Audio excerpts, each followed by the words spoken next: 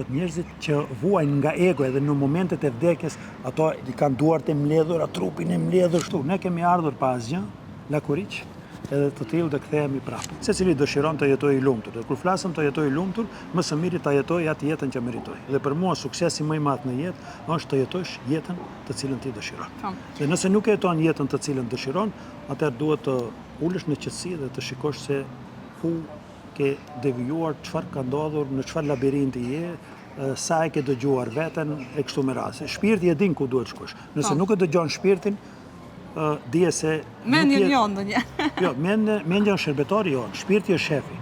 Mendja është ekselente, por ne duhet ta përdorim si shërbetor, shërbëjesi jonë, ne duhet ta përdorim mendjen. Dhe kur mendja na përdor neve, atëherë kthehemi tek ato anomalitë që thash, egoja e pangopur, egoja e shfryrë, që nuk do të lë asnjëherë rahat. As në krevatin e vdekjes nuk do të lë rahat.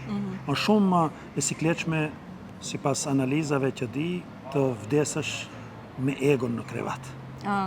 Se edhe ati nuk të le, nëse nuk ke punuar me veten, edhe ati dhe njerëzit, ka një statistik tani të duket e tmerrshme, po thot njerëzit që vuajnë nga ego edhe në momentet e vdekjes, ato i kanë duart e mbledhura, trupin e mbledhur.